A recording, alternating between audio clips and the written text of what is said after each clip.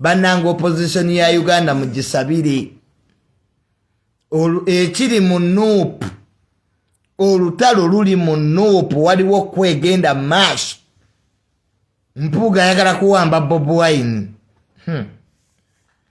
twabadde tukyali awo kantandikire ewa Mpuuga ne Bobi Wine muno olutalo lw'amaanyi Bobi Wine ne Mpuuga bali mu kulwanagana NRM eri wali etudde balaba opposition kati yeyawuddemu ebiwayi bibiri waliwo ekiwayi ekitajja kukkiririza mu bukulembeze bwa Bobi Wine ebintu bino byatandika okuva Ssegirinya we yava mu kkomera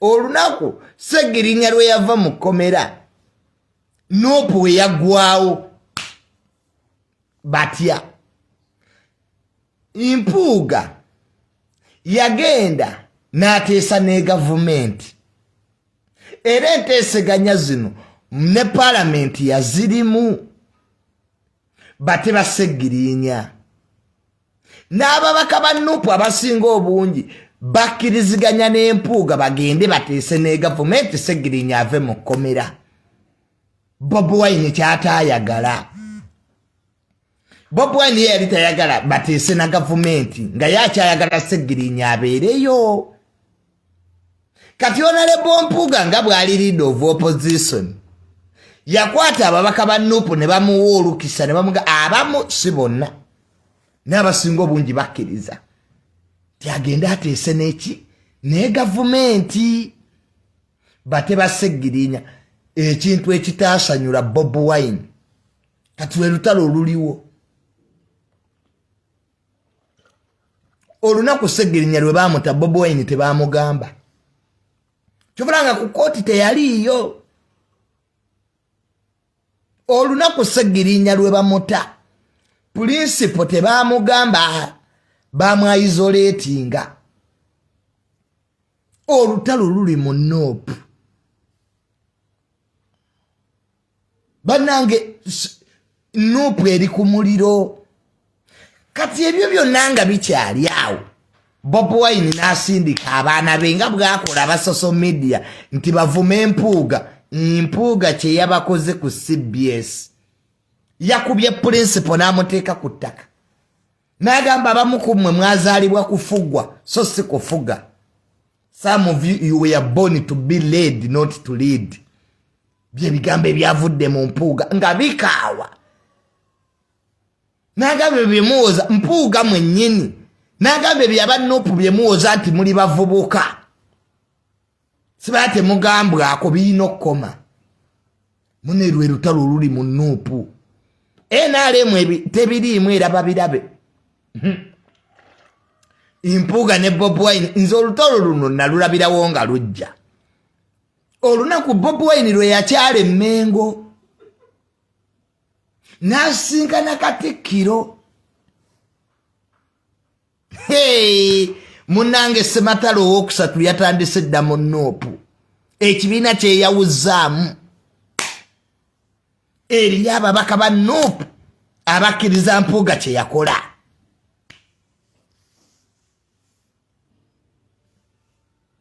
so mune lwe lutalo oluliwo kati nga Mpuuga ne Bobi Wine beegudde mu malaka Bobi Wine amugamba ani yagamba ogenda oteese ne gavumenti Mpuuga amugamba Bobi Wine sirika ebyobufuzi tobitegeera kubanga Mpuuga mutuufu woma mu byobufuzi wabeerawo okuteesa n'Amerika eteesa ne Iran teri muntu agamba nti mu politics temulimu negotiation ne Ukraine eteesa ne Russia so kakati olw'okuba nti aba Nuupu bakyali baana bato bo balowooza nti buli ateesa ne Museveni abamu nedda Mpuuga kye yakola wamma kituufu ko atoyinza kulaba Ssegirinya ne Alan Ssewanyana wamma nga bali mu kkomera abasajja batu bamazeeyo emyaka 2 noga togenda kuteesa kati Bobi Wine is selfish yerowoozaako yekka kyokka nga ebyatuuka ku Nubian n'edi mutwe Bobi Wine yateesa lwaki ku Ssegirinya yagaana okuteesa ne gavumenti kati awamu n'Empuuga mutuufu nze Honorable Mpuuga simwagala era sigamba nti byakola ebisigo obungi Honorable naye ku kino Mpuuga yabadde mutuufu Nuupu mugenda kweswaza tesera kugati basibye ba MP bo Bobi Wine noga tugenda kuteesa eyo byesi bya bufuzi ebyobufuzi bya kyana kito byaggwako dda na America eteesa ne Iran gutwala batwapu gatesa no North Korea segera wabeerawo okuwuliziganya kakati Mpuuga abasabula Mpuuga temujja musobola ye intellectual abakubisa bwongo yabagambye yenkola ey'okweraga eryanyi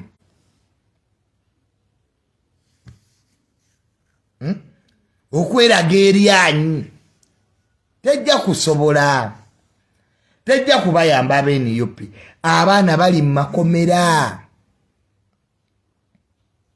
abaana bavundidde mu makomera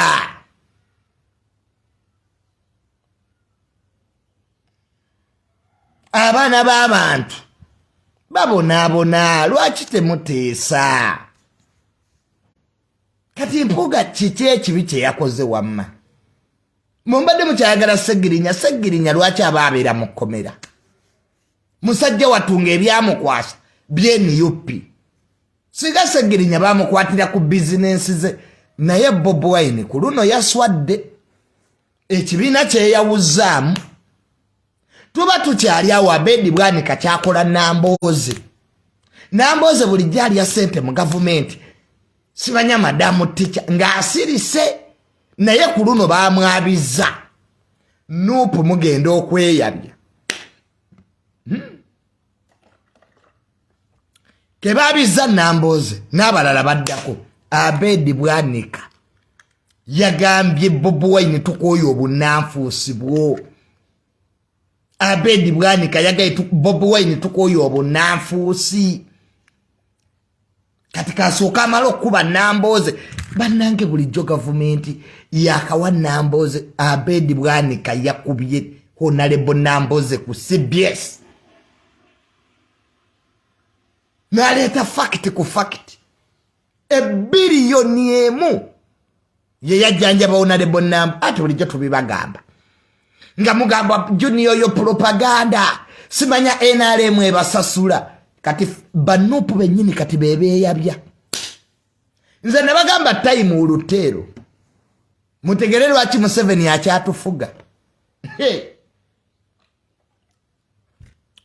nabagamba ebyo bulijjo bye mwebuzaabuza junior wa oyo propaganda ku luno Nuupu yennyini yeyeekuba ogenda uli olutalo mu Nuupu ne Bobi Wine yennyini bagenda mwabya gye yajja emmotoka gweri kasita baakubye Nambooze kubanga Nambooze yali wano ku balometa n'agamba nti nekkube erigenda ewa sipiika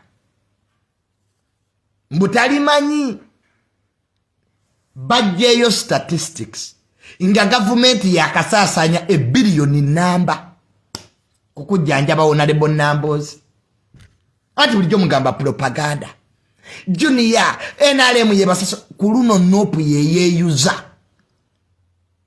Nuupu yeyeekuba Ebyaama bitandise okuva nze nabagamba nasanga aba balida ba Nuupu mu State House nga nyenzo okulaba President Museveni nga bambadde gomesi ne munvuma mbo junior yo propaganda kati ababaka ba Nuupu sibe babyeyogerera Bobi Wine wakoze ensobi okulumba Mpuuga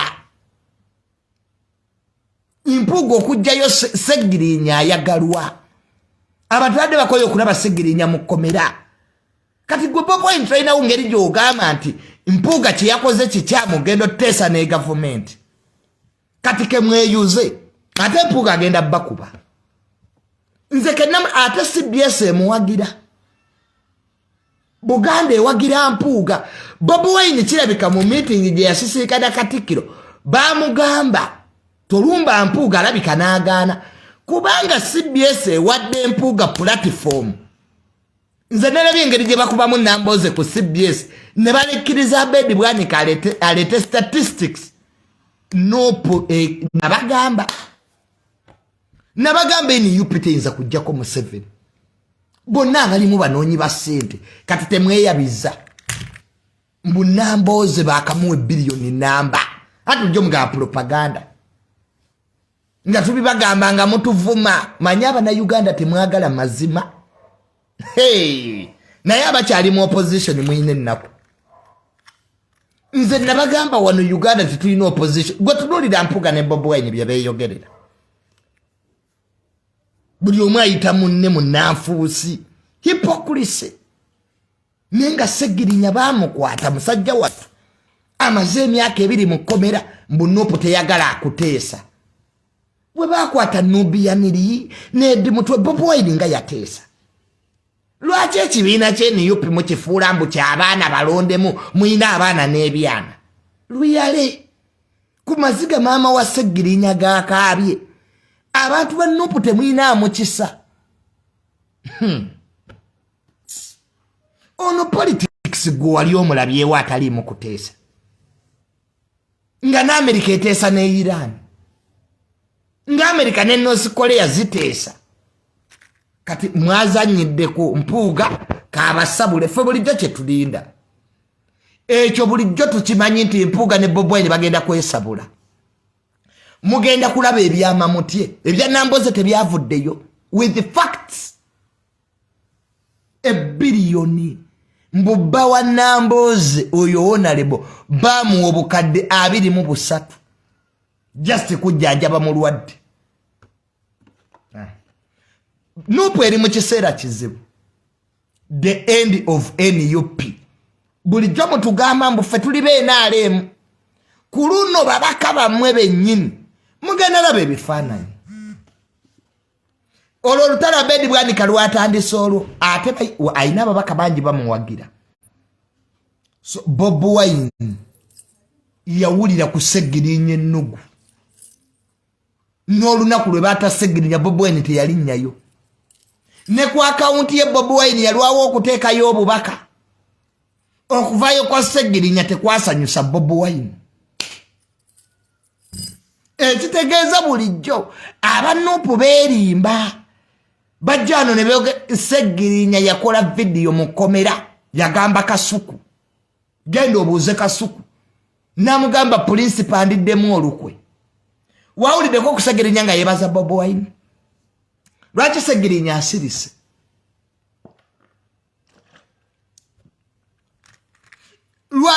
wawuliddeko ku Ssegirinya ng'avuma Mpuuga Ssegirinya yeebaza Mpuuga kubanga yamuyambye okuva mu kkomera meeting mwalimu prime minister mwalimu speaker ne Honorable Mpuuga Bobi Wine ne bamwayizolatinga kyekimuluma principal tayagala mubbako sho ekiruma Bobi Wine bamubbyeko sho principal ayagala buli credit yabagitwala ku luno Mpuuga yamuzannyo omuzannyo okujjayo Ssegirinya Bobi Wine teyamanya yamwekangira bweru n'olunaku lwe bagenda mu kooti Bobi Wine tebamugamba ko Bobi Wine yiteegera Ssegirinya aveeyo era Mr. Update akimanyi Ssegirinya ayimiridde okumaanyi g'abantu so mwakoze bubi okulumba Mpuuga kati Nuupu ke yeeyabye ojawulira Ebyaama Bobi Wine yagenda Mengo okusisiikana Katikkiro ne bamugamba togeza n'olumba Mpuuga Abedi Bwanika n'abaabya mbagambye Nuupu eweddewo ababaka beeyawuddemu bakwoye okubafuga ng'obwana obuto bakwoye ebintu bya principal eby'obuli bw'enkwe nze nabagamba ekyanjawula ne Bobi Wine buli bwankwe nze sirabangako musajja muli wankwe nga Bobi Wine wanaaba mukwano gwo oseka naye neeyingira ekkomera bw'ojja tegera principal yaani nze bankuba wano teyajja na mu ddwaliro kundaba oyo gw'olaba nze nakyawa Bobi Wine kuba namutegeera tayagaliza mukopi nze nali mukwano gwa Bobi Wine nnyo twayawula lwa mutima mubi abaana b'abantu bali mu makomera bavundidde mu kooti masho gwababo ba Solomoni bali bweru basiba nviiri noga tojja kuteesa nga ne Museveni mu nsiko yateesa n'erutwe Nairobi ne President Museveni yateesanga ne baamini Nairobi nemwe politics gwe muzannyanga wakito Bobi Wine ne bakwata bakomuledi bo gavumenti ne gajango tuteese tubeeko bye tukkaanya n'ogaana naye wano ku Nubia niriwe baamukwata Bobi Wine yali takyalira na mmere bwe bunaafuusibwe ababaka bwe bakooye principle ababaka ba Nuupu bakooye obunaafuusa obuli mu kibiina mulimu ebyana n'abaana wano we bakwata Lubongo yanga wakankana Lubongo yabamukwata ava ku NBS Bobi Wine ne kwolo teyalya wano bakwata Nubia niri Bobi Wine waddamu okulya emmere sizeze endagano ze wasayininga obutadda ku situiti eza Nubia niri kubanga omwagala nnyo Nubia niri yasooka ku nnyonyi buli Bobi Wine gy'alaga noga Nubia niri atamanyi Luzungu abazungu agenda kuteesa nabo lwaki walalabyeko mpuuga ng'atambula naye Bobi Wine tatambula na mpuuga atambula na Nubia niri naye n'ogamba ekibiina ogenda kiddukanya nga ddukanya toyireeti ababaka babikooye ate Bobi Wine weekubye ajja ku kya Ssegirinya kuba abantu bakirabye nti you are too reluctant to remove your friends nenga abaana b'abantu babakwatidde mu kalulu abaana bafiiridde mu kalulu gyali emagere yeebase alinda bakwata eddimu twateese wano nga wanoonya genosale musajja gwe ku bya Nubia niri nga wamunoonya naye bantu mmwe Bobi Wine bwe mutajjeewo bunnanfuusi nankwe nakwefuula nti muli balungi ate nga muli babi omuntu bakutte bafuutu sooja abaana b'abantu bali mu makomera mbuye tajja kuteesa oli kabaka Bobi Wine nze siona nti Ssaabasajja Kabaka olaba Ssaabasajja Kabaka asituka n'agenda Entebbe His Royal Highness the King of Buganda tabeerayo Entebbe ng'agenza okuteesa politics w'okwewalana yaggwa ku mulembe mwabakyali mu by'okwewalana ng'abaana b'abantu bafa situwaga ennyuma nnyo nga toyinaamu mwana okuteesa kubi nga tebannakwata nnyoko okuteesa kubi nga toyinaayo relative mu kkomera wano bonna basinga okwasama mwinayo abaana mu makomera wano mama Ssegirinya yakaaba ne mumuvuma amaziga g'abantu mmwe gagenda bagoberera mmwe abantu abatalinamu mitima mbu Ssegirinya yandibaddeyo mu kkomera ffe tetuteesa you are hypocrites olaba nze siwagira Nuupu naye Ssegirinya okuba mu kkomera musajja watu abonyeebonye hypocrisy yeereetedde okugwa kwa Nuupu omuliro gye guli Nambooze bamuli bubi bukyanga Honorable Nambooze olya ssente za gavumenti ku luno bakwabizza Abedi Bwanika yakubye Nambooze ku CBS ngabase ate CBS erabika ewagira mpuuga kubanga ba Medinsereko yabadde aseka nga we bakuba Nambooze Medinsereko bwaseka ng'owulabira ddala Buganda eyina position gyetutte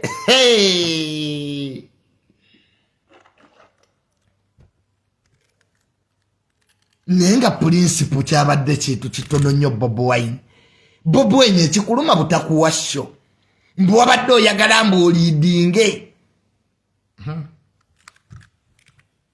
nakugamba parliamentary politics mpuuga abakubira mu parliament ekibiina yakizza mu parliament bino ebyokwasamira ku situiti byammwe abataasoma let me tell you nopu erimu ebika bibiri eyina abasamira ku street tomanyi na kiraka kyakola mu parliament tomanyi na roles of a speaker ebyo byammwe impuga bakuba intellectually kati mwabasamira ku busimu bwammwe mwe mujja kusiga mwe temwina maanyi is addressing us the elites impuga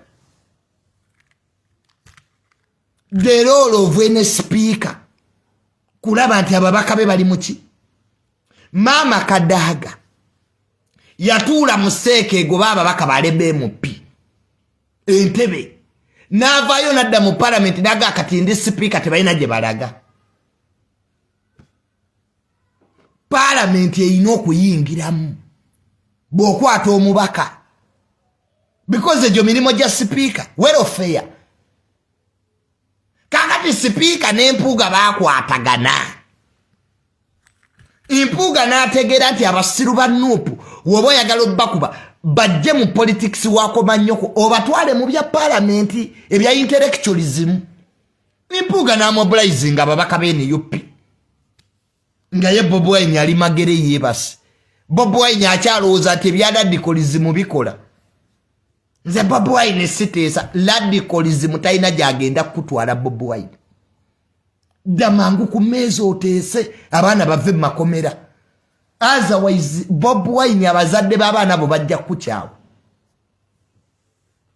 lwaki Solomon taliiyo mu komera anti toteesa bakwate Solomon wano watunula ebiyengeyenge wano mbu buli omu agumye munne so mpuuga yabazannyo omuzannyo mwe musigale mu politics w'ekisiru bali babasajja ba mpuuga ba intellectual oyo mpuuga mulaba edduka ekibiina yakizza mu parliament Bobi Wine gy'atali mwe mukyali magere munwa buukyayi mukyali mu politics wakoma nnyoko ebyo byaggwawo oyo politics wakoma nnyoko simanyi oli ebyo byammwe abataasoma people intellectuals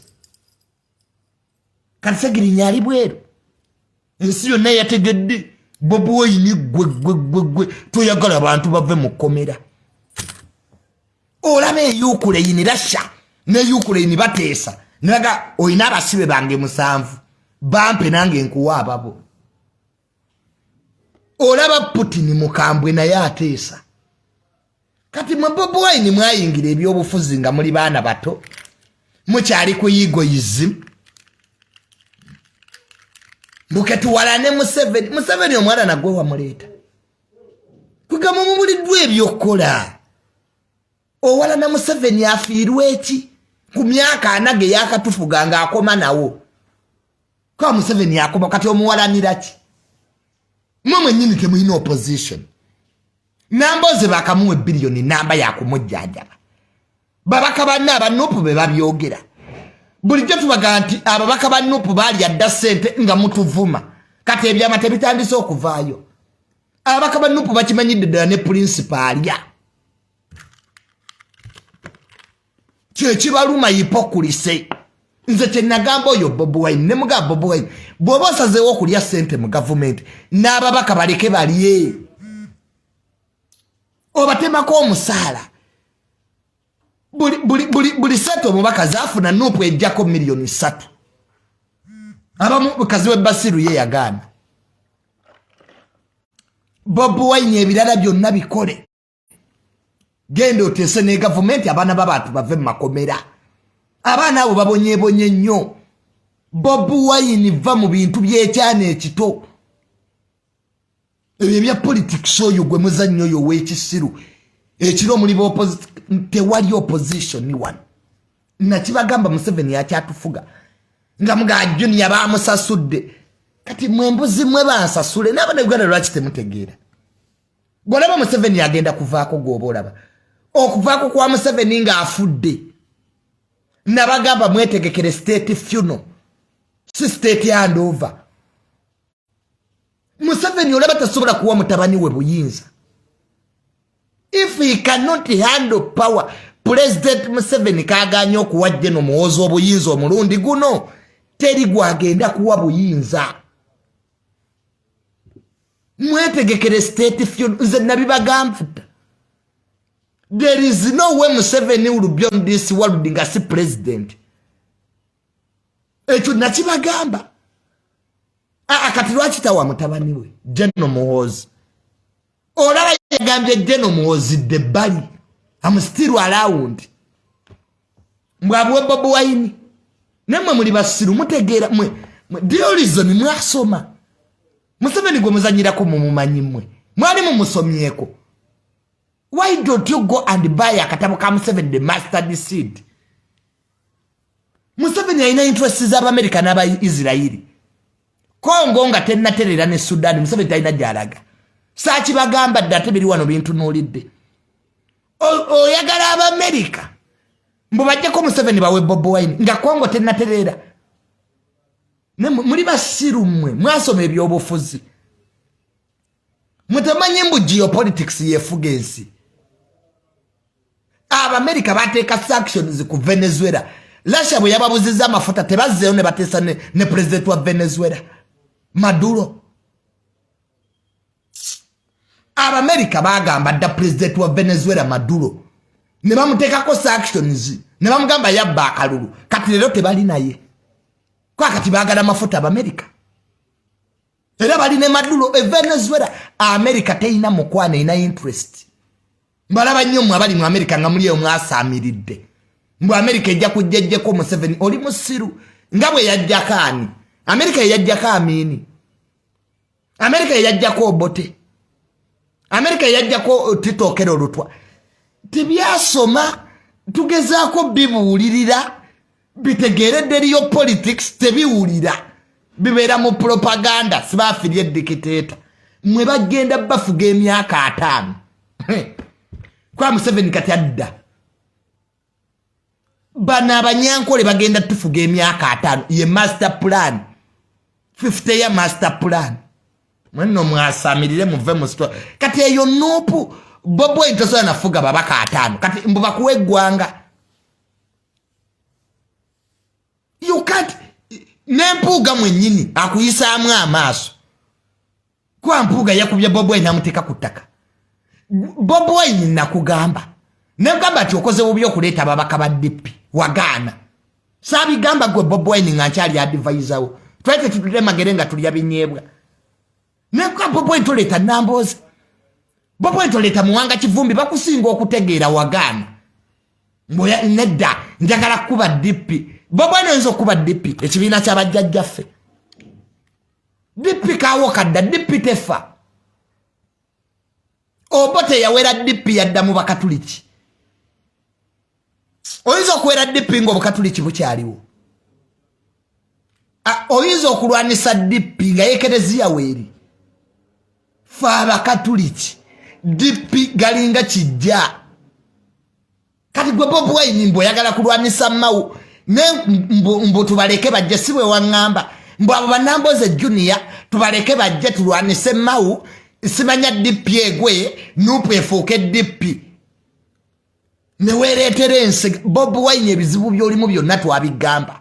Bali bampuuga bafere. Kati lwati mpuuga gwe gusooso teesa ne Museveni. Impuuga zenga ateesa ne gavumenti. Mpuuga abadde talina na certificate. Oyo Honorable Mpuuga ne working certificate y'abalooya abadde tagiina. Tebaagimuwadde wiiki ewedde. Walera ko Mpuuga mu kooti kuluno yabaddemu government ye yagimuwadde working certificate ey'abalooya ekukkiriza ogenda mu kooti ne Bobi Wine atawulira wabaaki. Kati ojja tukaabira twabigamba weesonyiwa ka gurupu Kasuubi. Bobi Wine tewasomerako Makerere. Bali Bobi Wine walina MDD Makerere. Bali abasajja ba Mpuuga basulanga mu Livingstone Hall bemanyi. Baina ka gurupu kabwe ke bakola bali mu UID. Bobi Wine waliko mu UID. Muwanga Kivumbi, Impuuga, Segona, Nambooze bo bakola ka gurupu kabwe. Era mu kalulu ka 2016 Honorable Segona yali wambabazi go forward. Mujjukira bulungi. Honorable Segona yali mu go forward wa Honorable Mbabazi. bo tebalina bibiina era mbambadde mmanyi nti empuuga wa Nuupu wo ayima mwerimba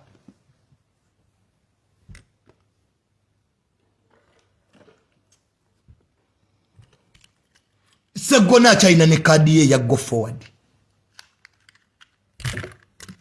kakati Bob Wine olwokuba nti ebyobufuzi oli muto mu byobufuzi wagaana okuwuliriza Bob Wine naye nakoowa abantu abakeera okunkubira nakoowa abantu abankubira ku wiikendi kati onaŋŋamba bya ttaka ettaka lyo baba balibbye tunabiraba ku Mande naye omuntu nakeera ku makya mbu Junior ekibanja kyange bakitute kati ku weekend nkubirani bala disi tebaba mu office it's a Sunday kati nkubira DPC naku omuntu usanga mu office on a Monday Sunday nange mba mpumuddemu naye emirimu gya gavumenti mutuleke okubeera tekinokrati mu ggwanga lino nazza musango I'm explaining sensitive issues onankubira nga Junior ekibanja kyange bakibbye call me on a Monday kati nkubira DPC ki amasimu gaabwe gonna galiwa bala disi amasimu gaabwe gonna galiwa ne ku Sunday sisobola I can't call anybody on Sunday waliwo n'omukyala ejjira yankubidde ng'akaaba amazige ebusheni bazze ne bamenya ebintu bye ku ttaka lye nenkubira DPC ne muga please keep the status quo as it is they will look for me on Monday waliwo ne yankubidde era ejjo nga ndi mu live band neŋŋamba Junior ente zange bazitemyetemye abasajja bazze wano ne muga agenda ewaala disi omugambe nkugambye ogendeyo mulowooza nti Museveni lwe yansuubiza obuyinza mu 2009 siwummuleko much as President Museveni yaŋŋamba nti nze president addako mu 2009 but I should also rest wiiki namba n'osiiba mu mataka ne weegoba n'ababbi b'amataka ne ku wiikendi era tebakkiriza kuwummulamu Chobulanga I have grown old very early. Nkaddiye mangu. Olyawo avede mbala nakuba enakapiripiti nakuba the whole country. Esimu yange yote umulako. Ninga we have to serve you. Kati sigane munupu sigane mukota toiza principle. Ebye nabagamba nze siza ba munupu. Mbukati temwakola time table ku kitebe. Ne mumpolo okusatu nobiyaniri yakuta toyi ku Mande. Sauda Madada lwakubiri, Bobby Yanga lwakuna, Kabaya lwakutano. Sebonze nga Lewis Wampa lwa mukaga. Mwakola time table ekuta toyi ku kitebe. Bano basingane munupu basinga ndiki. Chovulanga government nungi okukolera. Nze I cannot go back to the opposition. There are benefits in government. Kati ekibiina kikoze eki. Eddie Kenzo kulikayo. Eddie Kenzo wavuddeyo. Kulikayo Eddie Kenzo. Bonna abakuvuma baali mu ensi. Nakigamba Eddie Kenzo bwe twasisinkana. Era ne ku graduation yange Eddie Kenzo nakuyise. Nayise abayimbi basatu ku graduation yange Bebe Cool, Eddie Kenzo ne Spice Dana bamala. Nakugamba Eddie Kenzo bonna abakuvuma obasinga. Eddie Kenzo saakigamba bonna baale mu ensi. Mu Uganda muno tulina ekizibu abantu abalemeddwa ensi. Beeripa ku bantu abali successful. Gwe tulina bonna abavuma Eddie Kenzo. Waliwo ayina akeedi. Waliwo ayina omulimu. Nti ayina adulesi mwatuula. Omuna Uganda yenna nga talina mulimo tomuddangamu. as if a person doesn't have an office. Era gwe wetegereze bonna bali ku social media. Ng'oggyeko nze eri alina omulimu nti alina office mwatula. Omuntu yenna mu nsi nga tolina sitampu kw'okuba ku bbaluwa z'owandiise, don't give that person time. People are frustrated. People are jobless obulamu bw'abalema. Buli avuma Eddy Kenzo Feria. Ekyo nakibagamba dda. Eddy Kenzo mumubanja ki? Byaliko personal achievement ze. Oba gulamya agirese oba tagirese, it's none of your business. Mbusemanya yagambye Fire Bongole lutaya kitaawo. Gwamwogerera.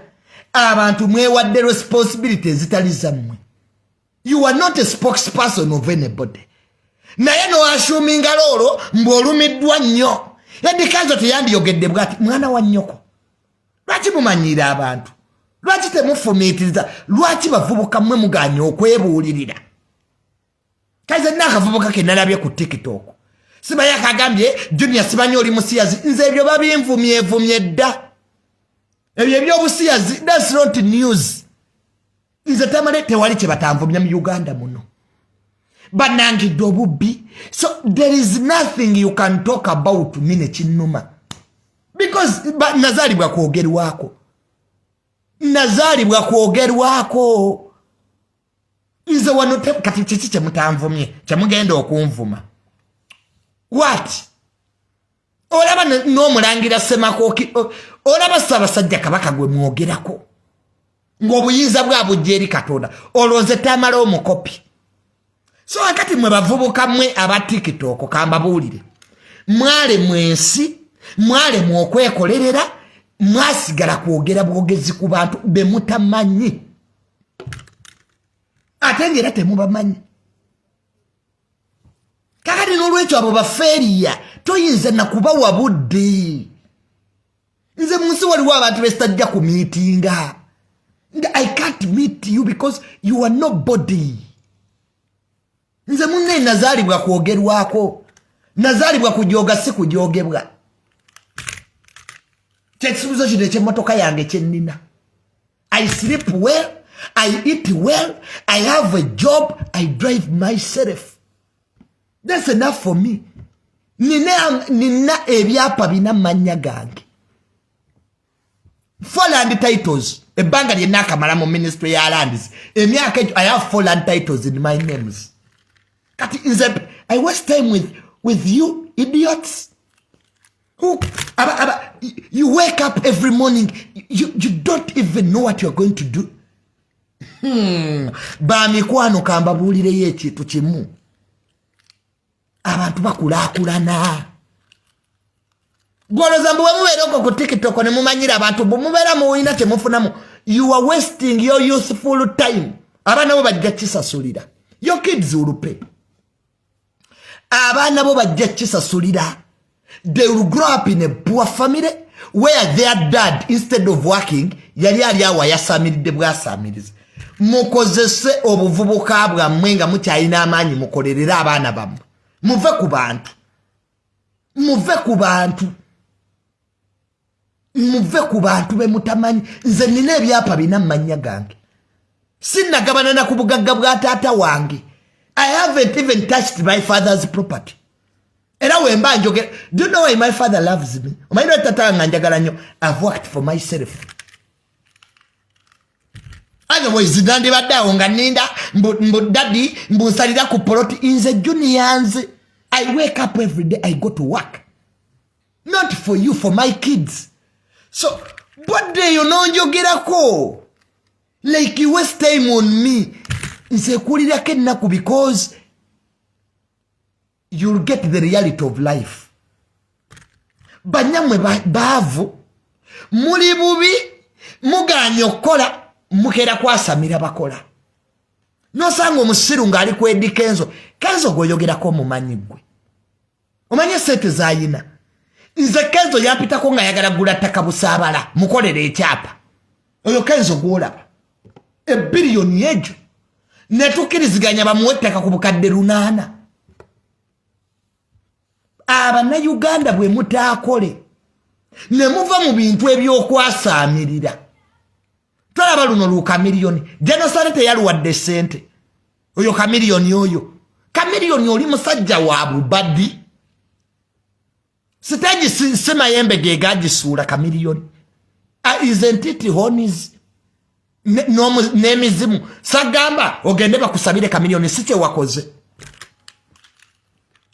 nakugamba kamiliyoni Mayembe gegasula stage tewabikkiriza nogende wa pastor Bujinga akusabire si kye nagamba nekugamba kamiliyoni gende wa mama Fina omanyi mwe ba kamiliyoni muyina ekizibu mwagala nnyo ebintu by'obbawaana omuntu wagamba kamazima ng'onyiga kamiliyoni nakugamba enkuba yatonyaawo wokka Amayembe gennyini wamagolabirako ddala n'emizimu gyali ebiri gye gyasuula stage neko agende wa pastor Bujinga akusomere Ecclesiastes sabyogera wano nze Tamale ntya I predict things nze mba namaze dda okumanya nze I'm a psychologist ntunulira environment wamma nempredictinga nagano Mayembe era kamiliyoni yabadde ayina okugende wa pastor Bujingo kamiliyoni nagende wa mama Fina amwe naze ekyogo bujuni yambu amala googera nze mala googera nze ono lwaki gavumenti yampa omulimu mu babuloga bonna nze simala googera era omwogezi wa poliisi enanga namukubira namugamba afande enanga we are all spokespersons oyogerera poliisi njogerera landies but this is witchcraft.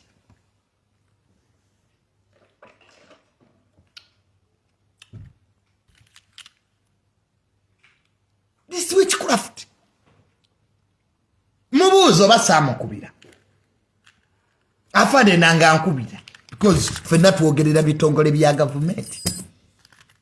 Nemuga afande nanga. This was witchcraft. Don't waste. Walabe ku police report ku kivulo kya kamiliyoni. Of course sobra fuluma. Lwaki stage yo kaye yagwa. Nawe Uganda lwaki temwagala mazima. Lwaki temufumiitiriza noga naye stage eno nga tekibangawo enkuba nejja kusaawa mwenda nga yonnula biraddala Mayembe na mizimu fana nze era Kasuku namulabya yazzeeyo n'asoma psychology. Congratulations Kasuku sagamba Kasuku oddeyo osome psychology. Kasuku is now my hobby yazzeeyo n'asoma psychology. Kasuku congratulations.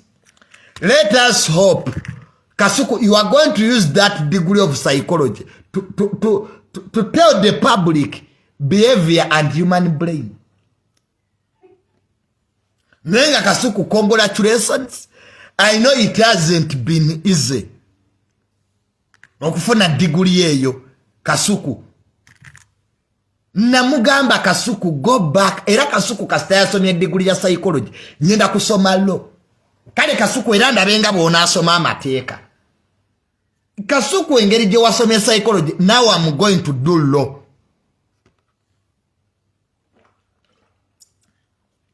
Kuba fe mu psychology witchcraft is there.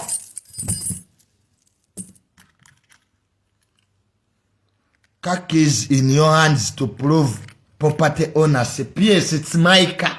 Lwaki sikwata kisumuluzo kya motoka yange iyo nawe kwate ekya nnyoko ne uganda lwaki temwagaliza kati okwata ekisumuzo ky'espace yange etayitamu masasi Genocide yajingulira. I think you all know that.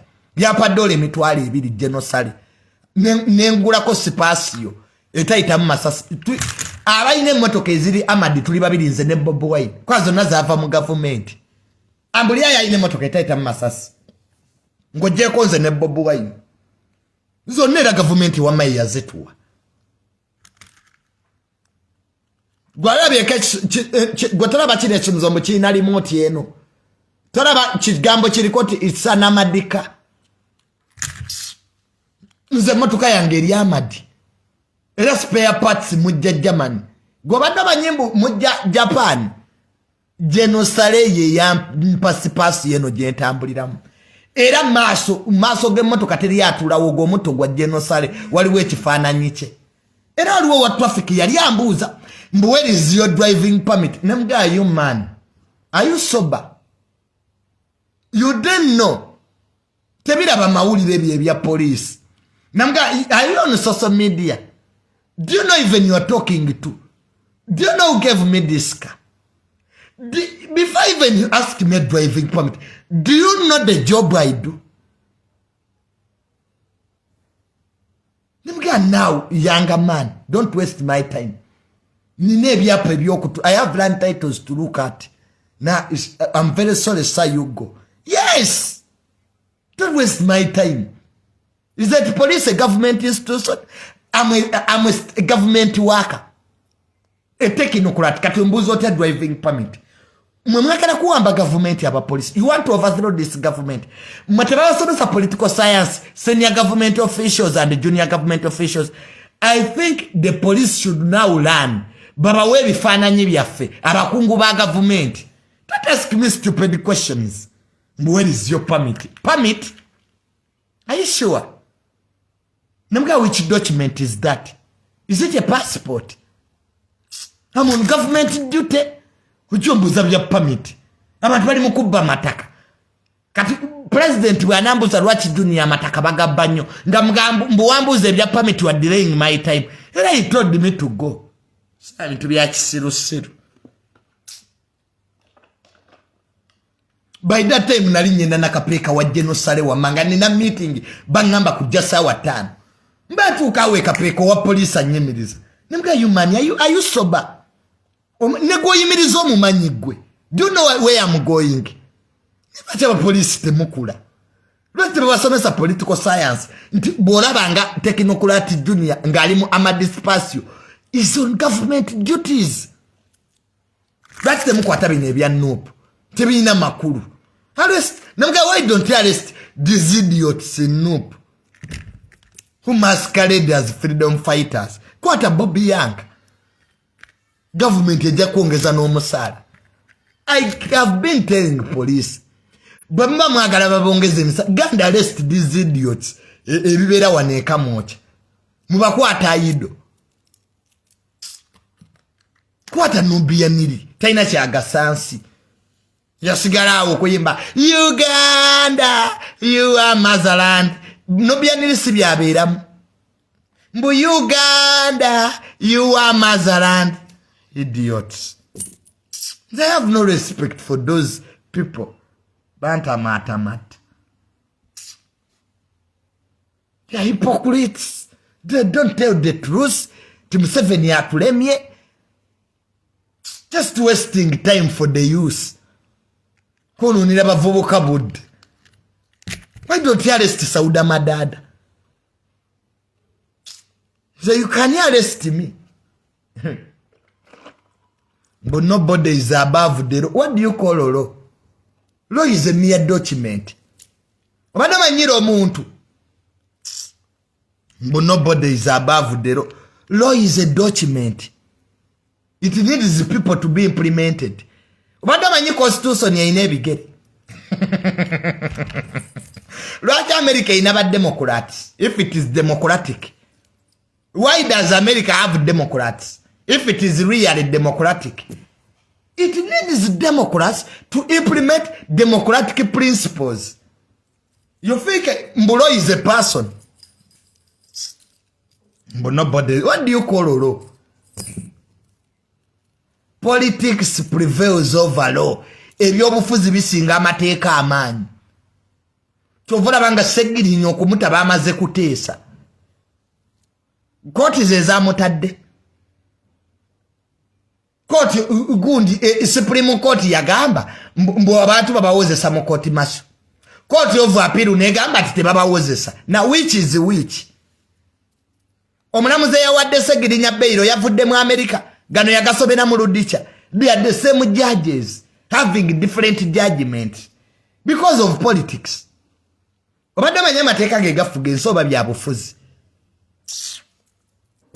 Singa byali bya bufuzi singa America erumba amawanga. If law ye yali efuga ensi, America yandirumbye ziiraka. Temanyira of sovereignty. It is the politics. that prevails over law. Obadde okyali mu by'amateeka ebyo genda eri mu law school we wali ba lawyer. Sadero according to article which article? Tuli mu military government owoza by article 1. Mbu article 17 of the code. This is a military government. Politics yasooka mateeka ne gagoberera. When politics doesn't favor law doesn't happen. That's the truth. Mwemwe ganye mitu byokwerimba. Kati ze gani mu sipasyo yange etaita masasi can you arrest me? On which grounds? Mpozi nga masimu g'abajjeno gonna tegaliko. You can only arrest me when all generals have switched off their phones. Right now, I'm too busy. I don't have time for gossip. I'm busy in land. Kuza bantu kumataka. Owekibanja tagobwa. Owekibanja tagobwa kutaka. Koberenga landi road gwa ine ekyapa. Okuba n'ekyapa ng'oli landi road tebikwata ku wakibanja. Landi road tasobola goba wakibanja. Owekibanja akumibwa constitution. Era singa bebibanja mwafuna adde ebyapa. Ne parliament yadireyinga. Is called a bona fide occupant. Owekibanja. Owekibanja takwatwako. Ekibanja kike semateeka bwagamba. Kati landi road ovati erino gamba owekibanja omugobe nga tomukompasate nze. Ba landi road mulindeko mu Uganda Land Fund bagenda bakompasating muve ku bebibanja. Nze mwantiisa ddamwe ba landi road. Mbo Junior tolabula ba bibanja. Sibaya Junior tolabula ba bibanja. I will tell the bibanja holders, you have a right in the constitution, the bibanjas are yours. Tali alina kutiisa mboveeko. Nene mukuba amayumba g'abantu. Nina wano gye nalaga ewakiso. Oyo Dokita Kaggwa nga agobye ab'ebibanja. Namuga Dokita Kaggwa va ku b'ebibanja. Najja nnyini antiisa. Simanya yo Dokita Kaggwa yali antiisa. Gwe mwana gw'oli muto ojja kufa. You kill me. Otegere which powers are behind me. Hey, you are joking. Nze mwe balandi road kambabulire. Muyina sente ababbi b'amataka. Muyina amaanyi. This time the president said no evictions. Presidential directive ya 2017 mwagifuna. Nga president agamba tewali kyaliwo goba bantu ku ttaka. Bw'oba oyagala goba omuntu ku ttaka soka ewala RDC. Akuwa olukisa. Kwa RDC head of District Security Committee. Without RDC knowing okukwata ngogoba omuntu ku ttaka. Ojja kusibira luzira. Bwe gundi kamalirize. You'll stay in prison. Ababbi b'amataka mwakozesanga courts. Nogenda n'ogula abalamuzi ne bakuwa judgment. Kuno tebikyaliyo. Court order you never mu court ng'egoba omuntu ku ttaka esooka wala DC. President bwe yagamba. Ate naye n'amala n'aweerezaako minisita wa lands. Kati tukwate ngo ogyebye ebipapula byammwe ebyo bye mujja mu court ebyo ebyekifere. Kwa oguze judgment. Nga tosoose wala DC ojja kutubuulira. Musenda kiro. Abantu mubagoba kiro nga mulese bitwakite bitalina number plate. DPC yenna akkiriza ogoba abantu ekiro ojja kuvaawo wooli. No jokes here. Mwagala kusuula president mmwe. President alwanye musajja wattu alwana n'eggwanga. You are letting him down. DPC okkiriza otya bagoba abantu ku ttaka. Ekiro. Kati bayiga ne private companies edda baali bazikozesa. Oyina obuzibu bwona omuntu ku ttaka enkya n'oleeta private company. Private company tezikkirizibwa kuuma ttaka liriko nkaayana okukwata. Private companies are not allowed to protect any land eriko enkaayana. Emundu si yegaba ettaka. Walabyeko emundu egaba ettaka. If the land is yours, lwaki oleeta emundu? Why do you bring guns? It's documents. And you know, Constitution egambye ow'ekibanja tagobwa. ekibanja kite article 237 of the constitution nze yagiwandiika. The constitution is the supreme law of the country. Era kyenjagala ab'ebibanja bafune ebyapa babeere n'obwannannyini obwenkomeredde. Nkimanyi bino balandiroodi temubyagala, mwagala ab'ebibanja musigale nga mubafuganga embwa. Ab'ebibanja be bangi, ab'ebibanja be bateeka ssente mu ekonomi, ab'ebibanja be bataterera ku ttaka eggwanga lino terigenda terera. Mbabuulira mmwe abajozi mwe abali mu ttaka mwe balandiroodi, singa ab'ebibanja tebaterera ku ttaka n'ensi eno tegenda terera. Kwekiseera kigenda kutuuka abantu bajjeyo amajambiya, nitusobola kusenda malaalo. N'osenda malaalo g'omuntu, omuntu abaze emyaka 20 ku ttaka, abamu bamazeeko emyaka 5, mbu wano si wawo otya. So president yakiraba nti alina kukuuma babibanja. Baddewa kati baddewa, mubagoba baddewa, abantu bafuuke balefeji mu ggwanga lyabwe. So mwe balandiroodi mugezezzaako okumbula Ibinga, muleeta ssente empitirivu. Mu Junior twagala kuwanguzi, gwe kankubule nja kuloopa ggwe. I'll report you to anti-corruption. We want to take over power. I'm a vice president in waiting. You think eggwanga ligenda kusaanawo nga weetuli because of money? Ekisse eggwanga lino nguzi ezibye abantu amaaso. Corruption has killed this country.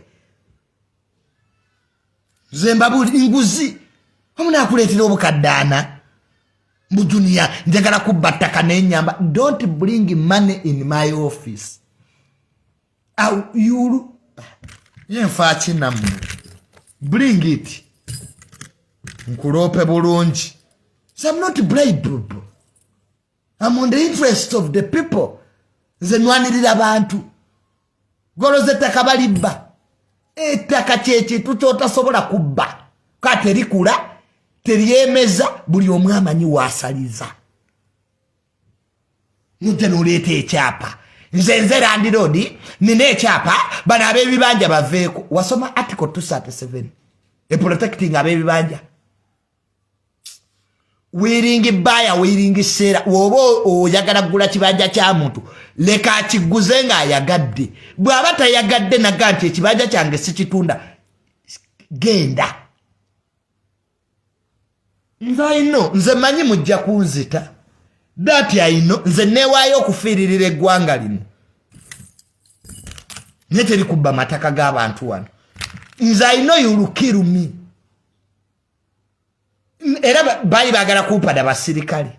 General Sare yangambu, I get soldiers. Namga my father General. Nze siagala ngako basirikale. I don't want to be protected. Kati for what?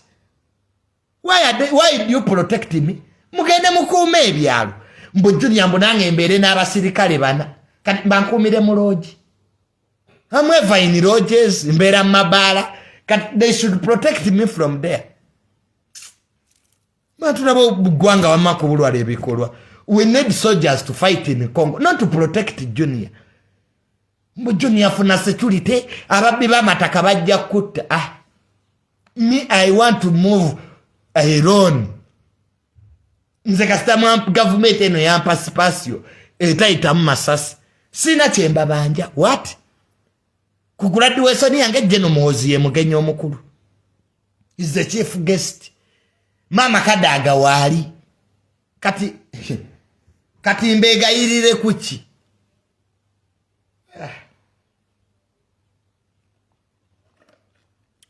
So the ministry has done a lot.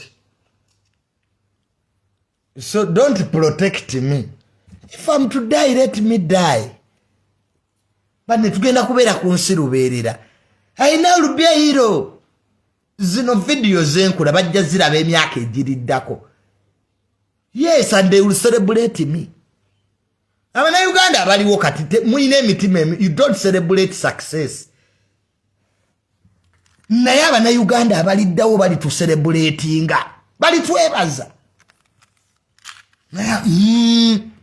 Junior no yayogera amazima.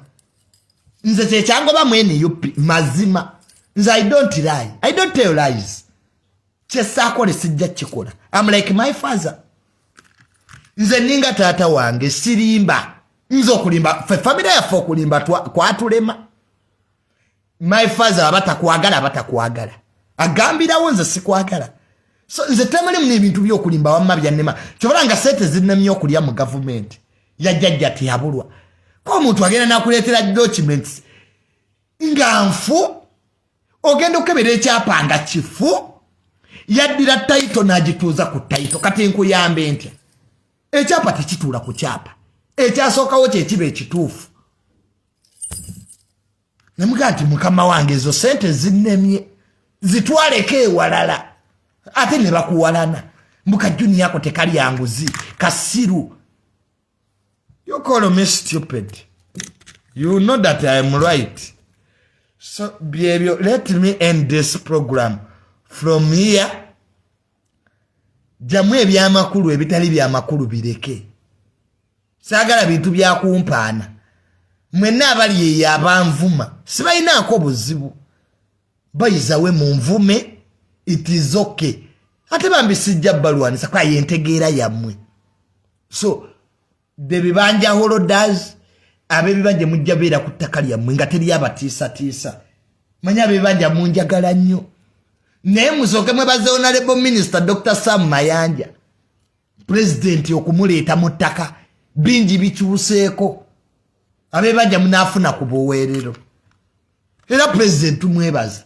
Singa teyaleeta Dr. Sam Mayanja nga Minister w'ebyettaka. Singa abebibanja mwina we mwogerera mmwe. Ekimuyisa dokita kuba alina diguli 3 mu mateeka. So let us thank him for having helped Bibanja orders. So I want to talk about Kenzo. Kenzo namwogeddeko. Abamuvuma bale mwensi. They are strugglers. We meet next time. Mweraba. Abantu yine namba yange. Kwerioko ku page ya public. Tokuba kozesa WhatsApp yokka. Boba yaga kubira ku WhatsApp direct call zisize kwa toyagala kundi codinga.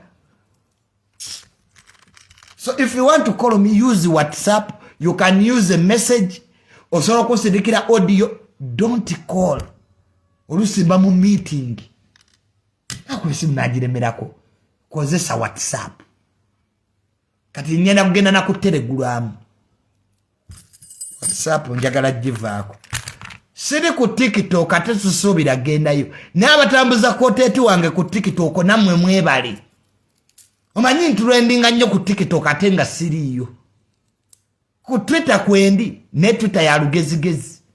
Mbeera mu Kamoli. Ku Twitter kwendi ati Mirundi Junior.